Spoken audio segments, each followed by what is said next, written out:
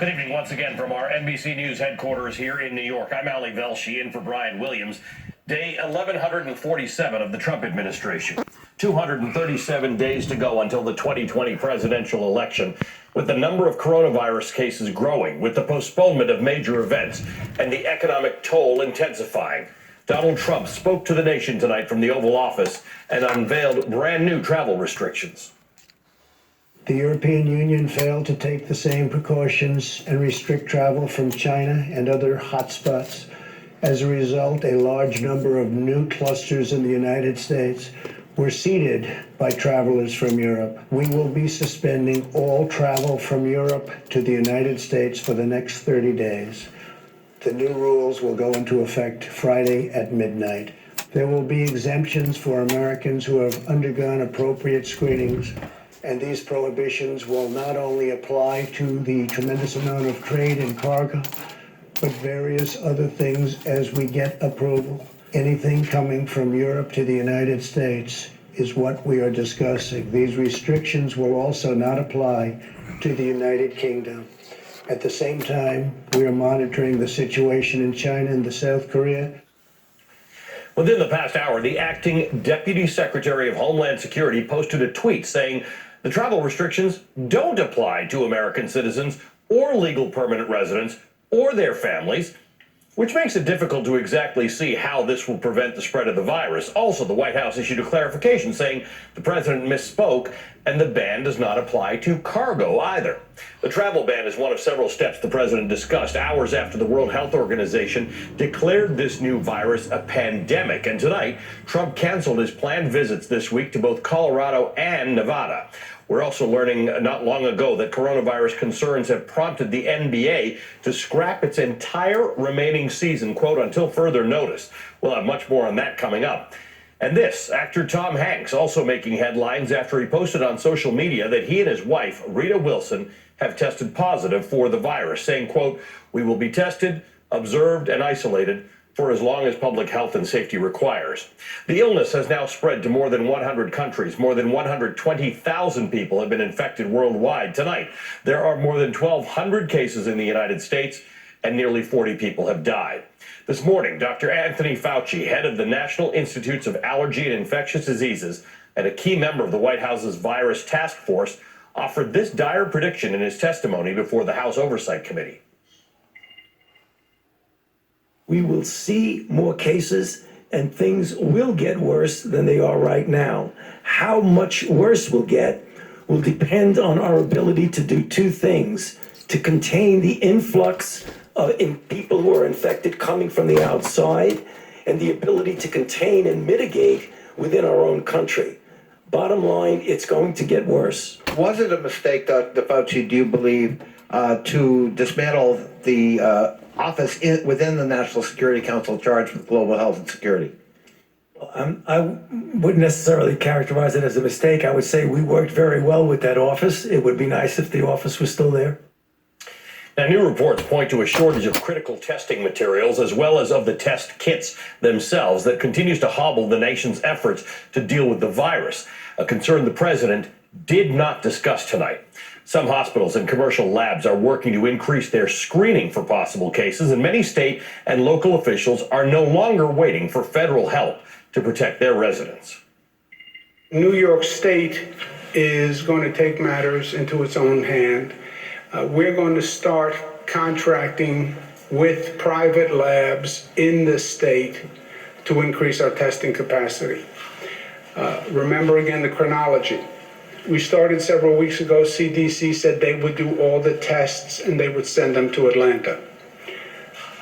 We said that was too little, too late. This will greatly increase our testing capacity. We're not in a position where we can rely on the CDC or the FDA to manage this testing protocol.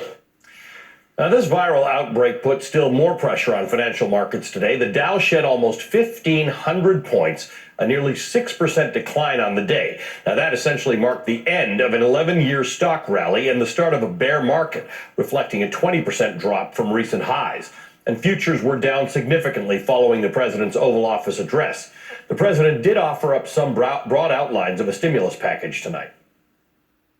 I will soon be taking emergency action, which is unprecedented, to provide financial relief.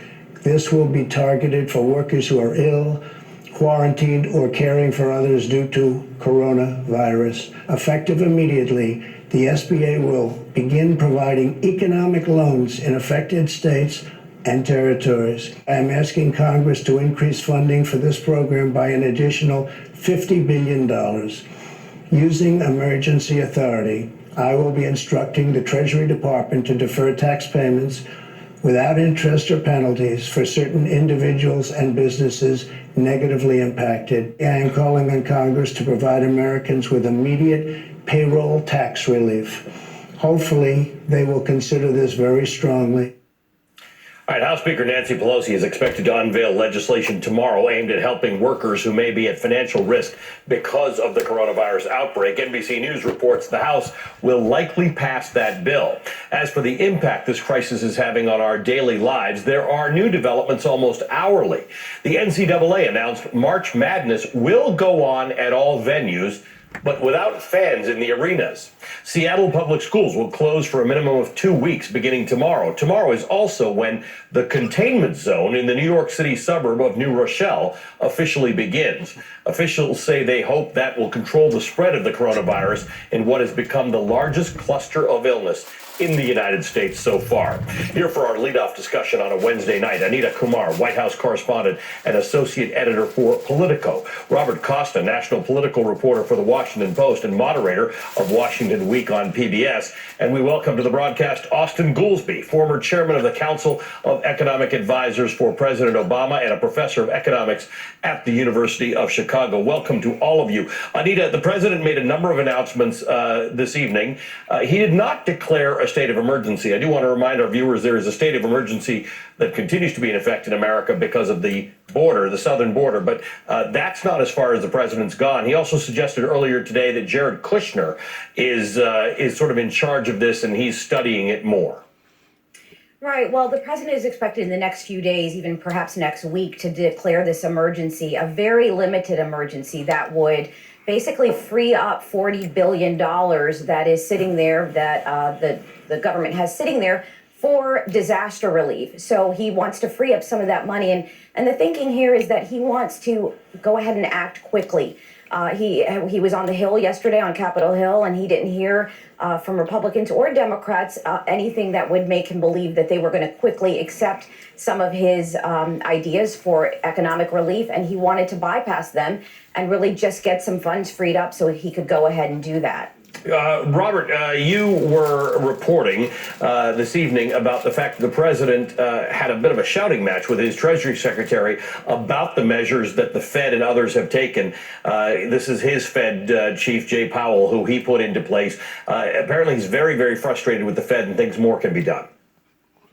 He is unhappy with the Federal Reserve and Chairman Powell. On Monday afternoon, while the president was in the Oval Office meeting with top advisors, including Treasury Secretary Mnuchin, he lashed out about Powell, saying to the Treasury Secretary, you need to try to get him to lower rates if at all possible, to try to see if you can have a conversation with him to stimulate the economy. The president knows he's being stymied on Capitol Hill about his payroll tax cut. And just a couple minutes ago, House Democrats publicly released their virus relief bill. Just have been reading it over for the past couple minutes. Includes paid sick leave, food security. It also includes free testing, unemployment benefits. So you see Speaker Pelosi tonight, after the president's speech, trying to take the lead on the legislative answer to all of this. Austan, the stock market, the Dow was down another 1,400 and some odd points today. We're now off 20% from recent highs, which puts the Dow into the bear market. The S&P 500 is not far behind. The president has what one might say an unhealthy preoccupation with both the stock market and interest rates. What do you make of this, though? Because the market is responding even after the president's announcement. Market futures were lower. What do you make of what has to be done from the perspective of the government, whether it's a stimulus or what the House is proposing? Well, I think two things. The first is, as we've spoken many times, Paul Volcker used to tell me over and over in the financial crisis that when crisis hits, the only asset you have is your credibility. And I think when you see the stock market plunging the way it did today, the way it did this evening, it is a judgment about the credibility of the White House. That we've had the President of the United States going out and saying people are finding that when they get sick, they can still go to work. We only have 14 cases, and pretty soon that's going to go down to 0. When the president himself says that, and when people cannot be tested, no amount of stimulus is going to be sufficient.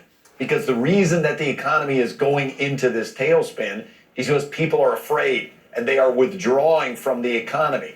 And if you gave them $1,000 payroll tax cut, they're not going to spend it, because the root of the problem when you get into a virus situation is that the greatest economic stimulus comes from slowing the rate of spread of the virus.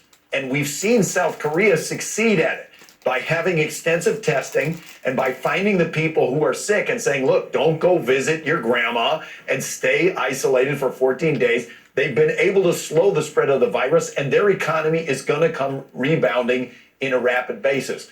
The longer we pretend that there aren't cases here and try to blame it on Europe and say, well, we're going to block cargo boxes from Europe and that's going to help us without doing the testing, the more fear is going to be generated in people's minds and the worse the economy is going to get. Robert, this whole issue of credibility, this thing has developed very quickly. I want to just go back to starting really the last week of February, the last couple of days of February, when the president first started talking about coronavirus, compared to what he said tonight. Let's listen together. We're finding very little problem. Now, you treat this like a flu. This is the most aggressive and comprehensive effort to confront a foreign virus in modern history. It's going to disappear. One day, it's like a miracle. It will disappear. We will be suspending all travel from Europe to the United States for the next 30 days. We have thousands or hundreds of thousands of people that get better just by, sitting around and even going to work. Some of them go to work. If you are sick or not feeling well, stay home. The Democrats are politicizing the coronavirus. This is their new hoax. We must put politics aside, stop the partisanship, and unify together as one nation. Robert, this becomes a complicated call to arms for the president, because he has been the one saying that the Democrats are politicizing it. He and Fox News have been talking about the media blowing this out of proportion. And now the president has got to step up there and do something that is unusual, a primetime Oval Office address saying, let's come together and take greater actions to solve this. And there are real world implications for so many of the leaders around the country outside of the White House who are dealing with this. In an interview this week with Maryland Governor Larry Hogan, a Republican, he told me that he's deeply concerned about the mixed messages coming out of this administration. He said he had a 90-minute meeting with Vice President Pence, who said one thing, and then he listened to the president, who was talking in an entirely different way about the entire crisis. And that's a governor, a sitting governor, dealing with cases in his state. And when I was on Capitol Hill, they're also expressing concern, Democrats and Republicans, about how the president is handling this. There's private concern among some of my top GOP sources that the president's antenna is too attuned to the stock market and his own reelection campaign. And Anita, in fact, the rate cut that the president seemed to be agitating for, which occurred last week, did not have the desired effect in the market. Nothing the president seems to be doing is having the desired effect. But at this point, you have competing plans, the president's plan and then the the Democratic plan that's come out. Who reconciles this? This has not been a White House and a Congress that's managed to come together on many things, but at this point it's necessary. Who reconciles the fact that what the president thinks looks like stimulus and success is very different than what Nancy Pelosi and team do? Right. This is the problem. And this has been the problem on a variety of issues. Obviously, we've never been in this place before, but on so many policy issues, the Democrats and sometimes even the Republicans on Capitol Hill can't agree with the White House. And so what happens is they don't do anything. That's not going to be the case this time, because everybody believes that something needs to be done. And that's why you're seeing the president saying that he's going to act sort of unilaterally and then take this, go ahead with this speech and call on Congress to act. But going back to what Bob said, the president's in this place where he's trying to do two things. He's talking about how this isn't that big of a deal. It's going to go away, as you've played. But he also has to show that he is doing something. So tonight, he took a different action, showing that he's doing something while he's also trying to downplay parts of it, exactly for his reelection and for his popularity. What's going to happen in the future? The Trump campaign and some of his allies are very much aware now that this is going to probably be the issue that he's going to be judged on in the next few months up until the election. Austin, during the president's address, he said all travel from Europe to the United States will stop. Not even cargo will go there. Well, then a correction came out and says, well, no, cargo is going to go. And then a correction came out to say, no, actually, it's just non-Americans coming to the United States. I wasn't clear that the virus makes that distinction all that well. Right. Look, this is exactly what I mean. If the president gets up and says something and literally 3 minutes after he finishes saying it, they say, no, what he said is not what the policy is, it undermines your credibility. What also undermines the credibility, on one hand, to say we need a big stimulus. And then this afternoon, the Secretary of HHS was reached. As you know, the president has a plan to cut 700,000 people off of food stamps, low-income people. And they said, do you still plan to cut them off of food stamps on April 1st, when those are the very people who are going to be losing their jobs? And they say, yes, they do intend to cut them off of food stamps. So you've got we need relief, but we're going to have a filibuster to hold up paid sick leave for all Americans. And I don't think that, something is going to have to give. They're either going to have to start telling the truth, doing tests, and have a stimulus and an antivirus program, or else they're going to have to just declare we don't care. All we want to do is make the problem seem as small as possible. Thank you to the three of you for kicking us off tonight. Austin Goolsbee, Anita Kumar, and Robert Costa. Coming up, the latest medical advice on how to protect yourself from what's officially now a global pandemic. And later, down but not out, Bernie Sanders.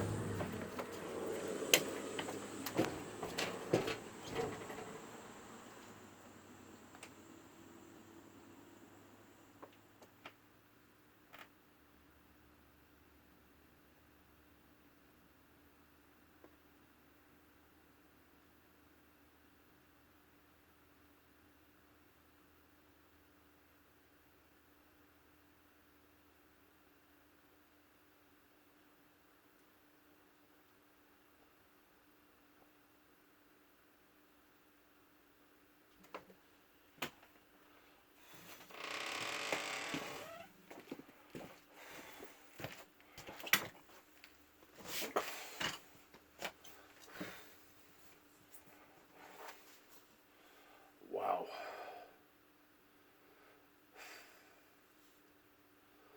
That is serious. With music, Baroque and early classical. You know, but I guess still, how do you know all this, right? So if somebody calls, and you're not a doctor, sir, so I'm just, but you are a member of Congress, and you're dealing with all of these questions. I know yourself there as you guys try and grapple with this. So if someone calls up and says, hey, you know, I've got all these symptoms, and you say, okay, well, stay home for a little bit. If those symptoms get progressively worse, at that point they go to the hospital, at that point they get tested? Well, certainly you can get tested beforehand. I mean, some of the folks that I know that are people with type 1 diabetes or diabetic ketoacidosis don't take. Where we're going, we don't need roads. Big. It's Captain D's new double dozen shrimp. Yeah, you heard that right. 2 dozen golden, crispy shrimp piled high on one plate. Time to double down. Energize the DeLorean going right down the street to send it back. But it's also, you know, we have to understand this, right, as a nation as well. And so it's a little bit troubling. You know, one of the things that bothered me about it. Closer to 5 to 6 if we had to pick a time. Wherever you are that time tomorrow, be aware of that big chance of thunderstorm that is rolling in here. We're expecting severe weather. It will be one of those days when you consider the region that I talk to, and that's from I-64 to Tennessee, from Poplar Bluff over to the lakes. I will be surprised if we get through tomorrow and there's not at least one tornado somewhere in that great big box. Make sure you're aware if that tornado happens to be anywhere near you. Friday, mostly cloudy, mid-50s in the afternoon. Saturday, miserable. One word covers it. Sunday, lake, enjoying a sunny day like this, maybe enjoying time with family or friends, that it is imperative that you have a working and audible way to get weather alerts, such as a weather radio or better yet, our WPSD radar app, so that the next time a tornado warning is issued, you know when to act and get off the boat and protect yourself and your family. Absolutely. Just 2 days before the tornado at Morris, on the first day of summer, the area saw a destructive line of storms called the derecho, which slammed our region with widespread straight-line wind damage. High wind's going to be the primary concern with storms this afternoon. Wind gusts possibly 50 to 75 miles per hour will occur as these storms continue to push off to the east. Parts of McCracken County saw winds more than 70 miles per hour. The wind blew over the semi on the I-24 bridge, bringing traffic to a standstill on a Friday afternoon. The wind also caused the portion of this building on 3rd Street, Paducah, to collapse. Oh my God! The whole pier is moving! At Kentucky Dam Village, wind blew this boat pier away from the marina. This storm complex is a perfect example how straight-line winds can cause equally or even more damage over a large area than an actual tornado. Again, remember the full half-hour special tracking the storm, 6:30 p.m. this coming Saturday. That's right, and all this week we're looking back at last year's severe weather season and how to keep you safe. Yeah, tomorrow night at 10, meteorologist Trent Okerson takes a look back at the miracle at Mount Zion. We'll be right back. You teach your child the ABCs and 1, 2, 3s, but could your nonverbal signals also teach them bias? The nonverbal signals that kids are exposed to. Now, a Saline County woman is facing murder charges in the death of an infant. The state's attorney. Remember to like us on Facebook and Instagram to see new product. Master Storm will be hitting their neighborhood. And help prepare that viewer. Developed from the vaccine, from prior infections, but this is a novel coronavirus and it will attack a large amount of the population. Maybe 50% or more will get sick with this because it's totally new. You and I were talking in the break about viral load. Talk to me about this. There may be carriers have a lot of the virus, and that is what perhaps makes them so infectious? Yeah, so when you think about how infectious you are to other people, one of the key factors is how much virus you shed. And what we're seeing with this coronavirus in some of the studies is that it is a much higher viral load in your nasal secretions, in your runny noses and your sneezes than, for example, SARS was. And SARS was something that was pretty easily containable once people figured it out. But this is behaving more like the common cold-causing coronaviruses, and that's why we're seeing this accelerated spread all over the world. What, in your opinion, is the way to fight this? Obviously, we're getting word out there for people to wash their hands and try and, quarantine themselves, seek aid from doctors, use telehealth if they can. But what, from an infectious disease perspective, is the policy prescriptive to putting a halt to the spread of this? The best thing is to identify those cases and then isolate those cases so they don't spread it to other people. This is similar to what happened in South Korea, where they actually have a low death rate, around 0.6%. That's the best way to do that. If you allow people to be out there mingling with this, you're going to spread it, and it's going to get into people that are high risk, and then you're going to have higher mortality rates. This is something that's going to be hard to contain. It's not containable through travel bans or airport screening or quarantines. This is something where we really have to find the cases, isolate them. Right. And we have a strange travel ban coming into effect. It's for non-Americans traveling from Europe. I wouldn't have guessed that the virus would make the distinction all that well. No, this virus will infect you no matter what country you come from, and we've seen that. There's dozens and dozens of countries now. What is the public health thing that has to be done better? We keep hearing about not enough testing kits, not enough testing, not enough diagnosis, not enough non-test screening. Is that, in your opinion, the issue? That's one of the biggest things that's when we look back at this pandemic, we're going to say the diagnostic kits were really botched in the United States. Even though the United States is one of the best pandemic prepared countries, the diagnostic rollout was horrible, and it's really put us behind the 8 ball because we don't know where this is spreading, which cities have it, which cities don't have it. We don't have a good idea of the denominator because we're not testing mild cases. There's very restrictive testing criteria, so that all has to change, and I think that's one of the things that's put us behind because we thought of this as a travel-related illness. Right. And it's never really been a travel-related illness because... But the president still talks about that. Tonight he said Europe didn't do what the United States did and cut the travel, which may or may not be true, but the issue is there's a different way to solve this. Did you hear what you needed to hear tonight? I thought the president took a good tone. He was serious about what he was talking about. However, I don't think that travel bans are the solution to this. I really think diagnostic testing increasing, the antiviral red tape he wanted to cut to make things come faster, that's a good thing. Some of the economic policies may be a good thing. It's hard to say exactly what will happen. But I think that what I wanted to see is increased diagnostic testing, which we're doing. More work on hospital preparedness. That's the big weak link. When we get those cases, can our hospitals cope with them? acceleration of vaccine development, antivirals, good public health messaging, and I think deferring to the experts at the NIH and CDC, that's the best way to go about this. Do you think we've got a lot of test kits out there? I think there are more than 1 million now. They should have 4 million within the next few days. Are you expecting to see a pop in the number of diagnosed cases? Definitely. 4 million. And we got almost 400 million in the country.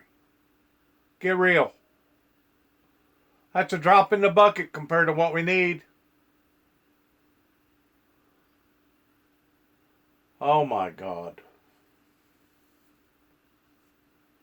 As we start uncovering these cases that were undiagnosed, that might have been thought of as the cold or flu, we're going to see cases go up, and we should expect that and shouldn't alarm the public. This is what we want to find. We want to find these cases so we can isolate. We don't want to not know who's out there and who needs to quarantine themselves. Dr. Adalja, thank you for joining us. Thanks for having me. Amos Adalja is a senior scholar at the Johns Hopkins University Center for Health Security. Coming up, businesses are closing doors, layoffs are underway, the growing economic impact of COVID-19 that you might not have seen coming when the 11th hour continues. Wow.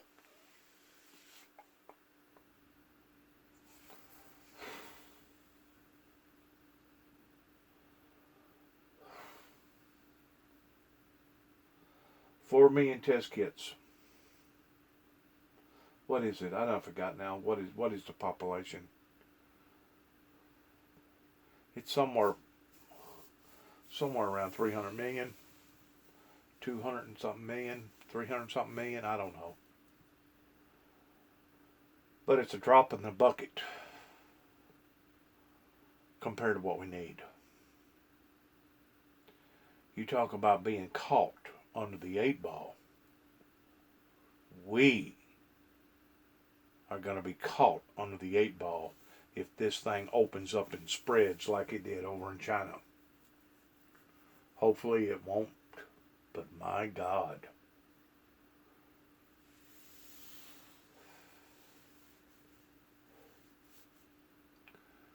God have mercy on all of us.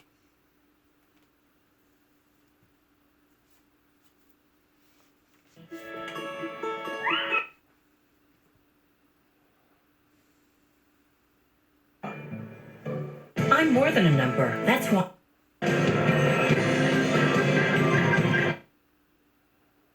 Blaming the United States, and the mainstream media, rather than siding with President Trump, decides to effectively side with the communist Chinese government. Joining me right now is constitutional law attorney and Trump 2020 advisory board member. Tomorrow. Our lives. Billions of problems. Morning breath, garlic breath, stinky breath. Fresh Breath Oral Rinse instantly fights all types of bad breath and works for 24 hours. Trouble, what are you saying? Robert, you're screwed. Vacuum and wash your.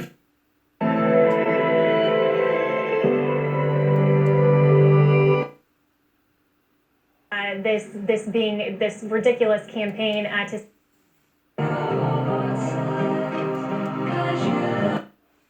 Homesettlements.com.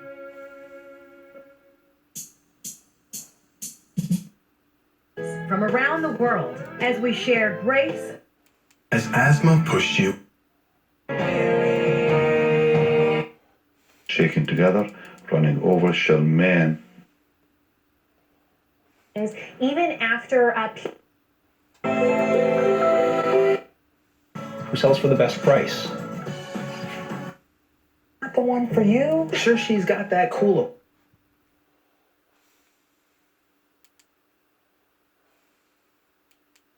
and business. This is not a financial crisis. This is just a temporary moment of time that we will overcome together as a nation and as a world. For sports fans, coronavirus concerns are hitting close to home tonight. The NBA has suspended its season until further notice after a player on the Utah Jazz preliminarily tested positive for coronavirus. Now, the NBA said it will use this hiatus to determine what the next steps are. It's just one of many developments now affecting Americans directly. Joining us from Oakland tonight, Jacob Ward, NBC News technology correspondent who has really taken on more than the technology beat these days. You're talking about how businesses across America and how places where people work are dealing with this unprecedented crisis. That's right. I mean, Ali, what we're seeing at this moment, right, is the idea that everyone who until now had thought to themselves, this will not touch me. I am not elderly. I have not traveled to Asia. I have not come into contact with people. It somehow won't affect my life. I think this moment with the NBA canceling its season indefinitely, canceling all games indefinitely, is the moment when I think a lot of people realize, oh, this really is going to touch everybody. And that's not mentioning all of the incredible changes we've seen just over the course of just this one day. You have companies like Twitter saying from now on, everyone in that company will work from home. We have everybody at all levels of society being touched by this thing. And from both the health officials and the economic leaders we've been talking to, it is just going to get more intense from here out. You also have been following, because there was a case near you, one of the first cases at a hospital near you. Right. You've been very in touch with healthcare providers and nurses. A lot of frustration with frontline workers, including nurses. That's right. We really have had a tremendous amount of sort of outrage, really, on the part of nurses across California. And keep in mind, Ali, that California is one of the safest places to be a nurse. This is has some of the strictest safety standards in the country. And yet, this place is affected, as are all, by a change that the CDC put into place on Tuesday, weakening the guidelines on the protective equipment that nurses are supposed to be able to get. We talked to nurses this morning who say that they literally have to beg for a respirator. If they feel that the patient that they're dealing with might be a safety concern, they have to go and beg a supervisor for an N95 respirator to protect themselves. Now, here's the important thing to think about. You and I, Ali, I know, have been talking a lot about the sheer numbers of the outbreak here, but think about this. The one case that we went and covered this week, that first case here in the Bay Area, she resulted in 36 nurses having to be quarantined because they were exposed unknowingly. You imagine that for each case that we're going to see, if you don't have proper protective equipment on the nurses treating that person, the healthcare system So this is the issue. In fact, for most people, they've said there will be a finite number of cases in this infection one way or the other. But the curve, the way we will detect them because of all this testing, there's a real fear amongst epidemiologists and healthcare, public health professionals that this will spike and exceed America's capacity to treat it in terms of nurses, facilities, hospital beds. If we don't do something very quickly to flatten the curve, it'll spike and we will exceed our capacity. That's right. I think that for you and I and other people without medical training, there's this idea that you can somehow get away from this thing. If I isolate myself, if I go to my lake house, I can somehow not catch it. That's not what's going to happen here. This is going to move through the population of the world. The way that it is going now, that's what's going to happen. This is what the epidemiologists and the health officials are telling us. And what we're hoping for is that we get herd immunity. We all get it, we become immune to it, and we don't have to trade too many lives in the bargain. And so, that's right, if we can somehow put it off as long as possible so that you and I and everyone we know do not all catch it at once and create this peak, this spike in infections that crashes the healthcare system, that's not what we want. We want to catch it as late as possible, be as healthy as possible throughout that time. Hopefully some new drugs come online to help us along the way. A vaccine's not coming, according to the experts we're talking to. So that's right, it's just waiting and hoping that we can flatten that curve over time. The vice president tweeted not too long ago, tonight President Trump took decisive action in suspending all travel from Europe to the United States for the next 30 days and ensuring that working Americans affected by the coronavirus can stay home without financial hardship. Now, we've had some contradictory information from Homeland Security saying that actually it's just going to be non-Americans who will not be able to travel from Europe. Now, again, you're a science guy, Jake. Everything that you've learned and studied about this virus... Let's back it up for a second. With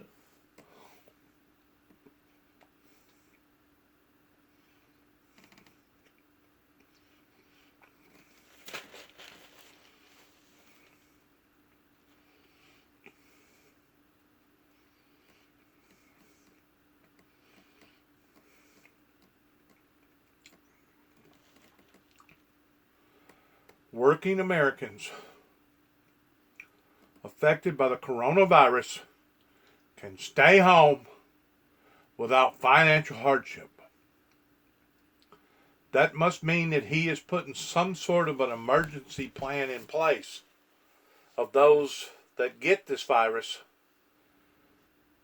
that the government will fit the bill on the same thing if you was working, because most employers don't have that type of sick leave. Without financial hardship. Now, we've had some contradictory information from Homeland Security saying that actually it's just going to be non-Americans who will not be able to travel from Europe. Now, again, you're a science guy, Jake. Everything that you've learned and studied about this virus would suggest to you that what the president is doing in stopping non-Americans from traveling to the United States might be interesting immigration policy, but it's not actually public health policy. No, that's absolutely right. The WHO long ago told us the travel bans do not work. And you did not hear the president talk about canceling your elective procedures so that we can free up hospital beds, social distancing, washing your hands. You know, he's talking only about that kind of immigration policy, and it just doesn't make sense, Al. Jake Ward, thank you. Jake Ward for us in San Francisco. Coming up, our next two guests live and breathe sports. We're going to get them to react to tonight's huge announcement from the NBA when the 11th hour continues. With my hepatitis C, I felt I couldn't be at my best.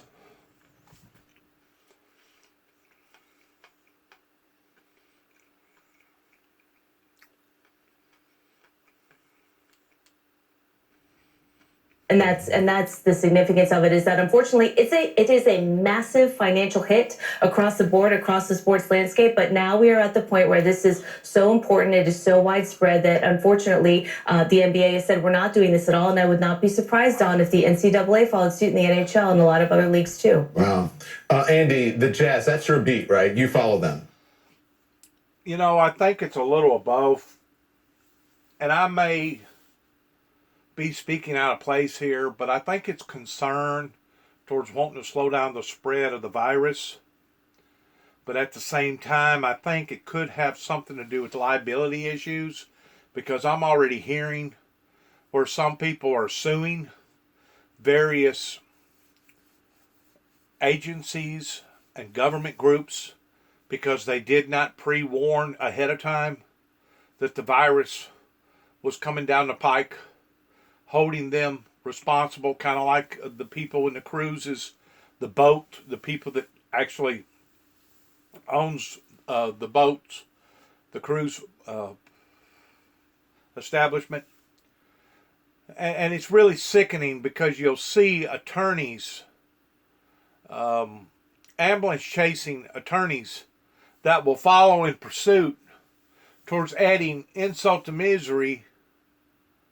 And the thing about it is, it's not anybody's fault. It is the same thing as a natural occurrence if it was, let's say, an earthquake or a hurricane or a tornado.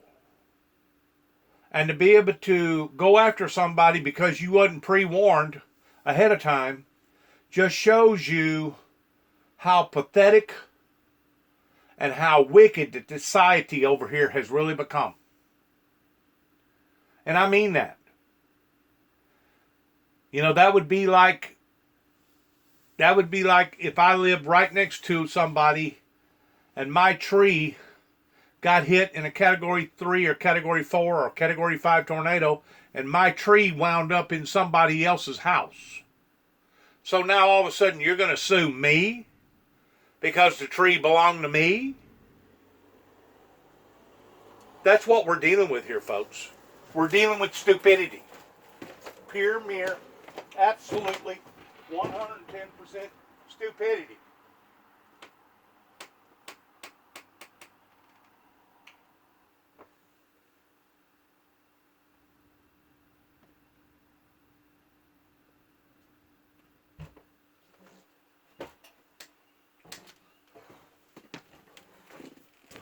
And it's really sad that society over here in America has turned out to be this wicked towards playing the blame game. Yes. Yeah. So correct. you're pretty close. Rudy Gobert, if you had any personal contact. Yeah, I interviewed him on Monday. I was at that press conference that's in the video. My microphone. In the National Hockey League, I think by tomorrow. And then the NCAA, they're now faced with this question: do we cancel March Madness, or do we just do games without fans in the stand? Bracketology, will it be a casualty of the coronavirus? And I think the answer is going to have to be yes. But they need to make this decision because like 90% of their operating revenue comes from March Madness. Yeah. But this is a pandemic. Right, and they did say no spectators, but they'll still carry on with the games. But as you said, the NHL is going to be talking about this in the morning. So, Dave, the massive effect on America economically and culturally from this thing, as you said, becomes very real all of a sudden. Is it your sense the NHL is going to do something similar? That's what my sense is. I mean, because so far the language of what they've put out is we're aware of the NBA's decision. We're meeting to talk about it. So far, we're not saying anything. So they're being a little bit cautious. But I think clearly they're hedging towards saying if the NBA did it, well, we have to do it too. What do you think happens next? I mean, obviously there are a lot of fans out there who may or may not have been following the story as closely as we do in the news. There are going to be people who don't think this is a good decision, and there's a lot of money at stake. I mean, this is about the virus. I mean, that's what's next. I mean, there's some very interesting ideas being floated, like the NBA playoffs should just be set right now and then start up again in a couple of months. So whatever place you're in right now in the standings is what it's going to be come playoffs time. That's been bandied about. But because we're in such uncharted territory, I mean, the history of sports, I was looking back at Spanish flu 1918. I mean, there's no comp to this. And so we don't really know what they're going to do because they're operating without a compass. Yeah, there's the Spanish flu example doesn't work so well when we're talking about the number of people who watch these games around the world and the amount of money that comes in as a result of them. Dave, thanks for joining us. Dave Zirin on this particular story that continues to develop, and we will keep our eye open for what happens at the NHL as they meet to decide what their future looks like for the rest of the season. Up next, what Bernie Sanders says he's hoping to accomplish by staying in the Democratic race when the 11th hour continues. Earnings to worry about this. Trying to calm some of them down when he speaks in just a short time. Well, absolutely. And I have to tell you, as a primary care doctor, I've talked to hundreds of patients in the last week that are fearful of the ups and downs of the market company. And when it's time to retire, we've been guiding you toward this all along. I'm going to leave it right there. I had a feeling that something was going on up the road. I don't know if the cops got called down here or what. But I've been here now videoing, give or take about 45 minutes. I've been burning some garbage, which took about another 45 minutes. And I just got through leaving Kenton, Tennessee, towards getting me about to eat. I was over there getting some things realigned on my YouTube platform. And I don't know what was going on up the road here, but I'm going to get my automobile real quick and drive up there. But to my viewers, I hope we understand the crucialness of all this pertaining to this crisis, this medical crisis, this disease that has fallen upon to society the way that it is. And once more, here at 291 Thompson Road, we cannot emphasize enough. Good luck to all of us. Good luck to each and every one of us. Thank you.